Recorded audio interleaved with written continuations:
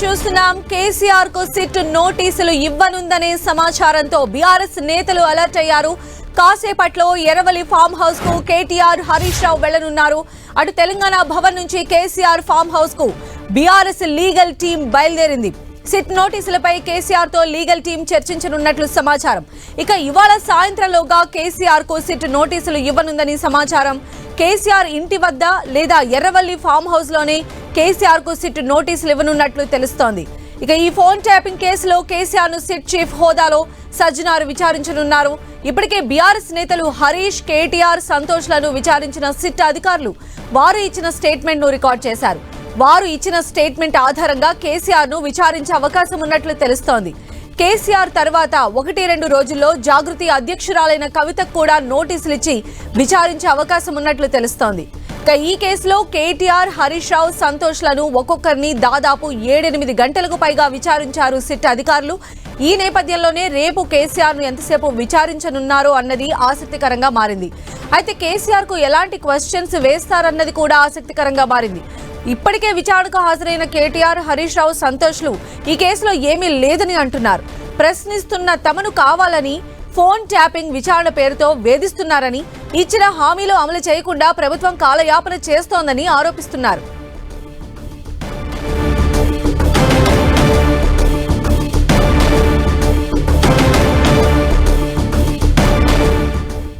మరిన్ని అప్డేట్స్ తెలుసుకుందాం. మా ప్రతినిధి కరుణాకర్ బీఆర్ఎస్ భవన్ నుంచి, అదేవిధంగా సిట్ కార్యాలయం నుంచి మా ప్రతినిధి కిరణ్ ఇద్దరు మనకు లైవ్ లో అందుబాటులో ఉన్నారు. సో మొదటిగా బీఆర్ఎస్ భవన్ వెళ్దాం. కరుణాకర్, ఎలాంటి సిచ్యువేషన్ నెలకొని ఉంది ప్రస్తుతం అక్కడ? ఎందుకంటే ఫోన్ ట్యాపింగ్ కేసుకు సంబంధించి వరుసగా నేతలు విచారణ ఎదుర్కొంటూ వస్తూ ఉన్నారు. ఇప్పుడు కేసీఆర్ ని కూడా నోటీసులు ఇచ్చి విచారణకు తీసుకువెళ్తారు అన్న నేపథ్యంలో బీఆర్ఎస్ శ్రేణులు ఈ విషయాన్ని ఎలా చూస్తున్నాయి? ఖచ్చితంగా ఫోన్ ట్యాపింగ్ కేసులో తెలంగాణలో మరో రాజకీయ పరిణామం చోటు చేసుకునే అవకాశం కనిపిస్తోంది. మరి కాసేపట్లో బీఆర్ఎస్ అధినేత మాజీ ముఖ్యమంత్రి కేసీఆర్కు ఫోన్ ట్యాపింగ్ కేసుకు సంబంధించి విచారణకు రమ్మని నోటీసులు ఇచ్చేందుకు సిట్ సిద్ధమైనట్టు తెలుస్తుంది. సాయంత్రంలోగా ఎర్రవల్లి ఫామ్ హౌస్లోనే కేసీఆర్కు సిట్ నోటీసులు ఇచ్చే అవకాశం ఉన్నట్టు మనకు ప్రచారం జరుగుతున్న పరిస్థితిని మనం చూస్తున్నాం. ఫోన్ ట్యాపింగ్ కేసులో సిట్ విచారణను వేగవంతం చేసింది. ఈ క్రమంలోనే మనం చూసాం 2 రోజుల క్రితం వరకు మాజీ మంత్రులు హరీష్ రావు, కేటీఆర్, సంతోష్ను కూడా విచారించిన పరిస్థితిని మనం చూస్తున్నాం. ఈ నేపథ్యంలో బీఆర్ఎస్ హయాంలో జరిగిన ఈ ఫోన్ ట్యాపింగ్ సంబంధించి అప్పుడు ముఖ్యమంత్రిగా పనిచేసిన కేసీఆర్ను విచారించాలని చెప్పి సిట్ ఇప్పటికే నిర్ణయం తీసుకుంది. గత 4-5 రోజులుగా కేసీఆర్కి ఏ క్షణంలో అయినా నోటీసులు జారీ చేస్తారని ప్రచారం జరిగింది. అందులో భాగంగా ఈరోజు సిట్ నోటీసులు ఇచ్చేందుకు పూర్తి స్థాయిలో సమాయత్తమైనట్టు తెలుస్తోంది. సిట్ నోటీసులు ఇస్తారన్న ప్రచారం కావచ్చు, సమాచారంతో బీఆర్ఎస్ పార్టీ కొంత అలర్ట్ అయింది. ఇప్పటికే తెలంగాణ భవన్ నుంచి లీగల్ టీం ఏదైతుందో ఇప్పటికే ఫామ్ హౌస్కు బయలుదేరింది. మరి కాసేపట్లో కేసీఆర్తో లీగల్ టీం చర్చలు జరిపే అవకాశం కనిపిస్తోంది. మనం చూసాం ఇప్పటికే కేటీఆర్, హరీష్ రావు వీళ్ళిద్దరిని సిట్ విచారించిన తర్వాత కేటీఆర్, హరీష్ రావు కూడా ఫామ్ హౌస్లో ప్రత్యేకంగా కేసీఆర్తో భేటీ అయ్యారు. సిట్ విచారణ సందర్భంగా ఎటువంటి అంశాలను సిట్ అధికారులు లేవనెత్తుతున్నారు, ఎటువంటి ప్రశ్నలను వాళ్ళు అడుగుతున్నారు, దాంతోపాటు ఫోన్ ట్యాపింగ్ అంశానికి సంబంధించి అప్పుడు వివిధ అంశాలను సిట్ ఏ అంశాలను లేవనెత్తుతుంది, ఇటువంటి పూర్తి సమగ్ర సమాచారాన్ని కేటీఆర్, హరీష్ రావు ఇప్పటికే కేసీఆర్కి అందించారు. అటు సంతోష్ రావును కూడా సిట్ విచారించింది కాబట్టి సంతోష్ కూడా కేసీఆర్ని కలిసి విచారణకు సంబంధించిన అంశాలన్నీ కూడా చర్చించినట్టు తెలుస్తుంది. కాబట్టి ఇప్పుడు ముఖ్యమంత్రి హోదాలో కేసీఆర్ పనిచేశారు కాబట్టి సిట్లో చాలామంది విచారణ సందర్భంగా చాలామంది అధికారులు కేసీఆర్ పేరే, పెద్దాయన అనే పదాన్ని వాడి కేసీఆర్ పేరే ఉపయోగించారు, కేసీఆర్ పేరునే ప్రస్తావించారని చెప్పి చాలా పక్కాగా సిట్ అధికారులు సమాచారం సేకరించారన్న ప్రచారం జరుగుతుంది. ఇటువంటి సమయంలో మాజీ ముఖ్యమంత్రి అయిన కేసీఆర్ను విచారిస్తే ఎటువంటి ప్రశ్నలు వాళ్ళు విచారిస్తారు, గతంలో విచారించిన అధికారులను కూడా కేసీఆర్ సమక్షంలో పెట్టి సాక్ష్యాలను ప్రొడ్యూస్ చేసి విచారిస్తారు, ఇటువంటి చాలా అంశాలు బీఆర్ఎస్ పార్టీలో కొంత ఆందోళన కలిగిస్తున్న పరిస్థితిని మనం చూస్తున్నాం. ఇప్పటివరకు సిట్ ఏవైతే విచారించిందో అధికారులను కావచ్చు, రాజకీయ ప్రముఖులను కావచ్చు, వాళ్ళందరినీ సిట్ కార్యాలయానికే పిలిచి విచారించింది. కానీ కేసీఆర్ విషయంలో మాత్రం సిట్టే వెళ్లి కేసీఆర్ను విచారించే అవకాశాలు ఎక్కువగా కనిపిస్తున్న పరిస్థితిని చూస్తున్నాం. అలానే కరుణాకర్, అంటే జాగృతి అధ్యక్షురాలు కవితకు కూడా నోటీసులు ఇవ్వాలని సిట్ యోచిస్తున్నట్టుగా కూడా తెలుస్తోంది. అంటే కేసీఆర్ కి నోటీసులు అందించిన తర్వాత తనని విచారణకు పిలుస్తారా? అంటే కవిత విచారణ కూడా ఇప్పుడు చాలా కీలకంగా కాబోతోంది. ఎందుకంటే ఆల్రెడీ కొంచెం బీఆర్ఎస్ వర్షన్ ఎలా ఉండబోతుంది?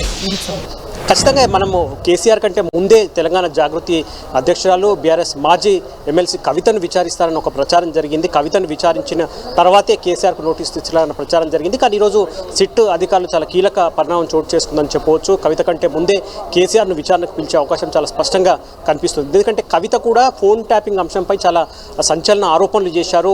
తన ఫోన్తో పాటు తన భర్త అనిల్ కుమార్ ఫోన్ కూడా ట్యాప్ చేశారు, తన భర్త ఫోన్ కూడా విన్నారని చెప్పి ఆమె తీవ్ర ఆవేదన సంచలన ఆరోపణలు చేసిన పరిస్థితిని మనం చూసాం. ఇటువంటి క్రమంలో కవితను కూడా విచారణకు పిలుస్తారని చెప్పి అందరూ భావించారు. కానీ కవిత కంటే ముందే బీఆర్ఎస్ అధినేత మాజీ ముఖ్యమంత్రి కేసీఆర్కు మరి కాసేపట్లో నోటీసులు ఇచ్చి విచారణకు పిలుస్తారన్న ప్రచారంతో కొంత బీఆర్ఎస్ పార్టీ అలర్ట్ అయింది. ఎందుకంటే ఇప్పటికే విచారణకు వెళ్ళొచ్చారు కేసీఆర్, హరీష్ రావు, సంతోష్ కుమార్. కాబట్టి ముందు నుంచి కూడా బీఆర్ఎస్ పార్టీ చాలా స్పష్టంగా కక్షపూరిత రాజకీయాల్లో భాగంగా మాత్రమే ఫోన్ ట్యాపింగ్ కేసు నమోదు చేసి తమను వేధిస్తున్నారు. 6 గ్యారెంటీలు సహా ఎన్నికల సమయంలో కాంగ్రెస్ పార్టీ ఇచ్చిన హామీలను ఏవైతే అమలు కావడం లేదని చెప్పి పదే పదే తాము ప్రశ్నించడం, దాంతోపాటు కాంగ్రెస్ పాలనలో జరుగుతున్న అవినీతిని పదే పదే తాము లేవనెత్తుతున్నాం కాబట్టే తమను అనవసరంగా ఏమాత్రం ఆధారాలు లేని ఫోన్ ట్యాపింగ్ కేసులో ఇరికించాలని నోటీసులు జారీ చేసి విచారణల పేరుతో వేధిస్తున్నారని చెప్పి బీఆర్ఎస్ పార్టీ నేతలు ముందు నుంచి ఆరోపిస్తూ వస్తున్నారు. ఇప్పుడు కేసీఆర్కు ఒకవేళ కాసేపట్లో నోటీసులు ఇచ్చి ఒకవేళ విచారణకు పిలిచినా లేదంటే ఫామ్ హౌస్లో విచారణ జరిపినా కూడా బీఆర్ఎస్ నేతలు చాలా స్పష్టంగా ఇదే అంశాన్ని మరోసారి లేవనెత్తే అవకాశం కనిపిస్తుంది. ఎందుకంటే మనం చూస్తున్నాం సరిగ్గా మార్చి 10, 2024లో మొట్టమొదట ఈ ఫోన్ ట్యాపింగ్ సంబంధించిన కేసు నమోదైంది పంజగుట్ట పోలీస్ స్టేషన్లో. ఆ తర్వాత రొటీన్గా దాదాపు 2 ఏళ్ళు అవుతుంది ఫోన్ ట్యాపింగ్ పై విచారణ కొనసాగిస్తూ వస్తుంది. ఇప్పుడు సిట్ అధిపతిగా సజ్జనార్ ఉన్నారు. సజ్జనార్ కూడా సీరియస్గా ఫోన్ ట్యాపింగ్ విచారణకు సంబంధించి వేగవంతం స్పీడప్ చేశారని చెప్పుకోవచ్చు. కాబట్టి కేసీఆర్ను విచారిస్తే ఆయన ఎటువంటి అంశాలను లేవనెత్తుతారు, కేసీఆర్ విచారణ తర్వాత సిట్ ఈ విచారణను ముగిస్తుందా ఇంకా కొనసాగిస్తుందని కూడా కొంత రాజకీయ వర్గాల్లో ఆసక్తి నెలకొన్న పరిస్థితిని చూస్తున్నాం. సంధ్య. రైట్ కరుణాకర్, మరోవైపు మాజీ సీఎం కేసీఆర్ కు నోటీసులపైన సిట్ బృందం భేటీ కాబోతోంది. కేసీఆర్ కి ఇవ్వనున్న నోటీసులపై సిట్ చర్చించబోతోంది. కేసీఆర్ ఇంటి దగ్గర లేదా ఫామ్ హౌస్ లో నోటీసులు ఇవ్వాలా అనే దానిపై నిర్ణయం తీసుకోబోతూ ఉన్నారు. సిట్ నెక్స్ట్ స్టెప్ ఎలా ఉండబోతుందనే దానిపైన మా ప్రతినిధి కిరణ్ మనకు మరిన్ని వివరాలు అందించడానికి సిద్ధంగా ఉన్నారు. కిరణ్. ఇక ఫోన్ ట్యాపింగ్ కేసులో మరికొన్ని గంటలలో సాయంత్రం లోపున మాజీ సీఎం కేసీఆర్కు సిట్ అధికారులు నోటీసులు సర్వ్ చేయబోతున్నాయి. అయితే వాస్తవానికి ఎర్రబల్లి ఫామ్ హౌస్లో కానీ ఎందుకంటే హైదరాబాద్లోని నందినా నివాసంలో కూడా నోటీసులు సర్వ్ చేసే అవకాశం ఉంటుంది. ఇప్పటికే కొద్దిసేపటి క్రితం అందుబాటులో ఉన్న ఉన్నతాధికారులతో సిట్ చీఫ్ సజ్జనారు భేటీ అయ్యారు. దీనికి సంబంధించి కూడా అనేక అంశాలకు సంబంధించి కూడా వారి మధ్య చర్చ జరుగుతున్నట్టుగా తెలుస్తుంది. ఇంకా ముఖ్యంగా ఈ కేసుకు సంబంధించి కూడా ఎందుకంటే గడిచిన 2 ఏళ్లుగా సిట్ విచారణ చేస్తుంది ఫోన్ ట్యాపింగ్ కేసుకు సంబంధించి ఆరోపణలు ఎదుర్కొంటున్న వారు, బాధితులు, నిందితులకు సంబంధించి కూడా అనేక కోణాల్లో దర్యాప్తు చేసింది. వారి స్టేట్మెంట్ రికార్డ్ చేసిన నేపథ్యంలో ఇక తర్వాయి వంతు అప్పటి ప్రభుత్వంలో కీలకంగా ఉన్న పెద్దల పాత్ర ఉన్నట్టుగా మొదటి నుంచి ఆరోపణలు వస్తున్న నేపథ్యంలో ఇక మాజీ సీఎం కేసీఆర్ను విచారిస్తే సిట్ ఫోన్ ట్యాపింగ్ కేసుకు సంబంధించి కూడా కొంత దర్యాప్తు పూర్తయినట్టుగా మనం చెప్పాల్సి ఉంటుంది. కాబట్టి ప్రస్తుతానికైతే విచారణ ఏ విధంగా సాగబోతున్నది ఉత్కంఠ నెలకొన్న పరిస్థితి కనిపిస్తుంది.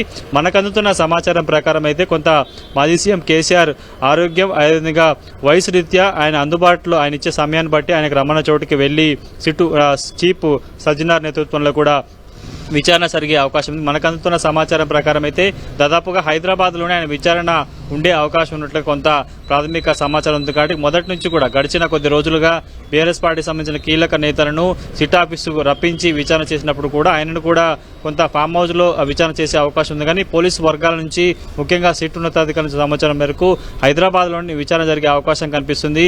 ఆయన ఉన్న ప్లేస్కే వెళ్లి విచారణ చేసేందుకు తాము కసరత్తు చేస్తున్నాము. చట్ట ప్రకారమే 160 కింద నోటీసులు జారీ చేసి ఆ తర్వాత విచారణ చేస్తామంటూ కూడా సిట్ వర్గాల నుంచి అందుతున్న సమాచారం. కాబట్టి ప్రస్తుతానికైతే ఈరోజు సాయంత్రం లోపల నోటీసులు సర్వే అవకాశం కనిపిస్తుంది. రేపే విచారణ జరిగే అవకాశం ఉంది. కాబట్టి ప్రస్తుతానికైతే వెన్యూ ఎక్కడనేది కొంత సమాచారం అయితే రావాల్సింది. కాబట్టి ప్రస్తుతం సిట్ ఉన్నతాధికారులు చెప్తున్న సమాచారం ప్రకారం అయితే కేసీఆర్ హైదరాబాద్ ఉండి ఎక్కడైనా నివాసానికి రమ్మంటే అక్కడికి వెళ్ళి విచారించేందుకు సిట్ బృందం సన్నద్ధంగా ఉన్నట్టు తెలుస్తుంది. కాబట్టి పూర్తి స్థాయిలో ఎందుకంటే ఈ కేసుకు సంబంధించి 608 మందికి సంబంధించిన 6 బాధితుల వద్ద నుంచి కూడా కొంత కీలక సమాచారం రాబట్టారు. అప్పుడు ఎస్ఐబిలో పనిచేసిన కీలక వ్యక్తులు ప్రభాకర్ రావు కావచ్చు, ప్రణీత్ రావు కావచ్చు, భుజంగరావు, తిరుపతన్న, అదేవిధంగా మాజీ టాస్క్ ఫోర్స్ డీసీపీ రాధాకృష్ణరావు ఇలా అందరినీ విచారించారు. వారిని అరెస్ట్ చేశారు. వారి ప్రస్తుతం బెయిల్ మీద ఉన్నారు. పలుసార్లు వారిని విచారణ సందర్భంగా సిట్ ఆఫీస్ తీసుకొచ్చి కూడా అనేక కోణాల్లో దర్యాప్తు చేస్తున్న నేపథ్యంలో పూర్తి స్థాయిలో కొంత కీలక సమాచారాన్ని ఇప్పటికే సిట్ సేకరించింది. కాబట్టి ఇక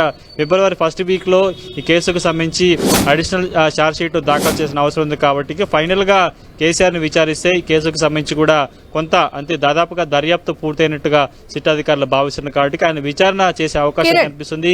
ఇప్పటి వరకు మనం చూసుకోవచ్చు హరీష్ రావు, కేటీఆర్, సంతోష్ కుమార్ సంబంధించి చూసుకుంటే 7 గంటల పై విచారణ చేశారు. కాబట్టి ప్రధానంగా మొదటి నుంచి ఫోన్ ట్యాపింగ్ కేసు పిఎస్లో పంజగుట్ట పిఎస్లో నమోదైన దగ్గర నుంచి కూడా అప్పటి ప్రభుత్వంలోని కీలక వ్యక్తుల పాత్ర ఉన్నట్టుగా అనేక ఆరోపణలు, సందేహాలు, అనుమానాలు వ్యక్తమవుతున్న నేపథ్యంలో మాజీ సీఎం కేసీఆర్ను విచారణ చేసే అవకాశం కనిపిస్తుంది. కాబట్టి ఎన్ని గంటల పాటు విచారణ చేసే అవకాశం కనిపిస్తున్నారు, ఎలాంటి అంశాలను ఆయన ముందుంచి క్వశ్చన్ చేయబోతున్నది కూడా కొంత ఆసక్తికర చర్చ, ఉత్కంఠ రేపుతున్న అంశంగా మనం చెప్పుకోవాలి. అయితే కిరణ్, మనం చూసాం అంటే కేటీఆర్, హరీష్ రావు, సంతోష్ ఇచ్చినటువంటి స్టేట్మెంట్స్ని ఆల్రెడీ సిట్ రికార్డ్ చేయడం కూడా జరిగింది. వాటి బేసిస్ పైన కూడా కేసీఆర్ను ప్రశ్నలు సంధించే ఛాన్సెస్ ఎంతవరకు ఉండొచ్చు? ప్రస్తుతం మీరు చెప్తున్నట్లు కూడా చూసుకోవచ్చు. ఎందుకంటే కొద్ది రోజుల క్రితం హరీష్ రావు, కేటీఆర్, సంతోష్ కుమార్ సంబంధించి కూడా విచారణ చేసినప్పుడు హరీష్ రావు విచారణప్పుడు కూడా ఎదురు దాడి చేశాను, తన సంబంధం లేను, తను హోంమంత్రిగా లేను, కానీ అప్పుడు అధికారులుగా ఉన్న ప్రస్తుతం డీజీపీ శివధరెడ్డి కావచ్చు, ప్రస్తుతం అప్పటి డీజీపీగా ఉన్న మహేందర్ రెడ్డిని విచారించకుండా తనెందుకు విచారిస్తున్నట్టు కూడా ఆయన విచారణ అనంతరం మీడియాతో మాట్లాడే ప్రయత్నం చేశారు. అనేక అంశాలను కూడా చెప్పారు. కేటీఆర్ విచారణ తర్వాత కూడా కేవలం కొన్ని అంశాలను మాత్రమే చెప్పాను, వాళ్ళు అడిగిన ప్రతి క్వశ్చన్ కూడా సమాధానం చెప్పే ప్రయత్నం చేశాను, సంబంధం లేని అంశాలను విచారణకు పిలిచారు కాబట్టి మరొకసారి విచారణకు పిలిచినా కూడా వస్తానంటూ కూడా కేటీఆర్ చెప్పారు. సంతోష్ కుమార్ విచారణ కూడా చాలా కూల్గా సాగింది, వారన్న అన్ని క్వశ్చన్లకి సమాధానం చెప్పారంటూ కూడా సంతోష్ కుమార్ చెప్పారు. కాబట్టి ప్రస్తుతం కేసీఆర్ను ఎలాంటి అంశాల మీద క్వశ్చన్ చేయబోతుంది. ఎందుకంటే ఇప్పటికే ఈ కేసులో అరెస్ట్ అయి నిందితులుగా ఉన్నారు, బెయిల్ మీద ఉన్న ప్రభాకర్ రావు కావచ్చు, ప్రణీత్ రావు కావచ్చు, భుజంగరావు, తిరుపతన్న, రాధాకృష్ణరావు, వీళ్ళు ఇచ్చిన సమాచారం ఆధారంగా కూడా కేసీఆర్ని విచారించే అవకాశం కనిపిస్తుంది. ఇప్పటికే సిట్టు కూడా బాధితుల వద్ద నుంచి అప్పుడు ఫోన్ ట్యాపింగ్లో కొంత వారు ఆ ఫోన్ ట్యాపింగ్ బాధితులమంటూ కూడా వారు సిట్టు నోటీసులు అందుకున్న తర్వాత విచారణకు వచ్చిన నేపథ్యంలో వాళ్ళు ఇచ్చిన స్టేట్మెంట్ ఆధారం కూడా విచారణ జరిగే అవకాశం కనిపిస్తుంది. మొదటి నుంచి కూడా ఫోన్ ట్యాపింగ్ కేసు తెర మీదకి వచ్చినప్పుడు 2 ఏళ్లుగా విచారణ సాగుతున్నప్పుడు కూడా బీఆర్ఎస్ పార్టీ అనేక అంశాలను లేవనెత్తింది. ప్రభుత్వంలో ఫోన్ ట్యాపింగ్ అనేది అధికారులు చేస్తుంటారు, దీనికి సంబంధించి కూడా పెద్దగా పట్టించుకునే అవసరం లేదంటూ కూడా చెప్పే ప్రయత్నం బీఆర్ఎస్ పార్టీ సంబంధించిన కీలక నేతలు చేసిన నేపథ్యంలో ప్రస్తుతం మాజీ సీఎం కేసీఆర్ను ఎలాంటి అంశాలను క్వశ్చన్ చేయబోతున్నారు. ముఖ్యంగా సిట్టు చీఫ్గా మొదట ఏర్పాటు చేసిన సిట్టు కాకుండా కొద్ది రోజుల క్రితము హైదరాబాద్ సిపి సజ్జనా నేతృత్వంలో 9 మంది సభ్యులు, అందులో 5 సీనియర్ ఐపీఎస్ అధికారులు ఉన్నారు, మిగతా 4 కూడా నాన్ క్యాడర్ ఆఫీసులు ఉంటారు. వీరంతా కూడా గడిచిన రోజులుగా ఫీడ్బ్యాక్ చేస్తున్నారు. తిరిగి మరొకసారి బాధితులు, ఆరోపణలు ఎదుర్కొన్న వాళ్ళందరూ కూడా ఒక్కొక్కరుగా విచారణకు పిలిచి స్టేట్మెంట్ రికార్డ్ చేసుకున్నారు. కొన్ని ఎవిడెన్స్ని కూడా వాళ్ళ ముందు నుంచి విచారణ చేసినట్టు తెలుస్తుంది. కాబట్టి ప్రస్తుతానికైతే వీరి ఇచ్చిన సమాచారం కావచ్చు, బాధితులు, నిందితులు, ప్రస్తుతం విచారణ ఎదుర్కొన్న వారంత సమాచారం బేసిక్గా చేసుకుని మాత్రమే కేసీఆర్ విచారణ జరిగే అవకాశం కనిపిస్తుంది. కాబట్టి ప్రధానంగా ఎన్ని గంటల పాటు విచారణ చేసే అవకాశం కనిపిస్తుంది, ఎక్కడ విచారణ చేశారన్నది కొంత ప్రాథమిక సమాచారం రావాల్సి ఉంటుంది. సో ఈరోజు సాయంత్రం లోపు కేసీఆర్కి నోటీసు సర్వ్ చేసిన తర్వాత కూడా రేపు ఖచ్చితంగా విచారణ ఉంటుందో సిట్టు ఉన్నతాధికారులు చెప్తున్న అంశం. రైట్ కిరణ్, అది మొత్తంగా ఫోన్ ట్యాపింగ్ అంశానికి సంబంధించి మాజీ సీఎం కేసీఆర్ కూడా సిట్ అధికారులు నోటీసులు ఇచ్చే అవకాశం ఉన్నట్టుగా తెలుస్తోంది. ఇప్పటికే ఫామ్ హౌస్కి కేటీఆర్, హరీష్ రావు కూడా చేరుకోబోతూ ఉన్నారు.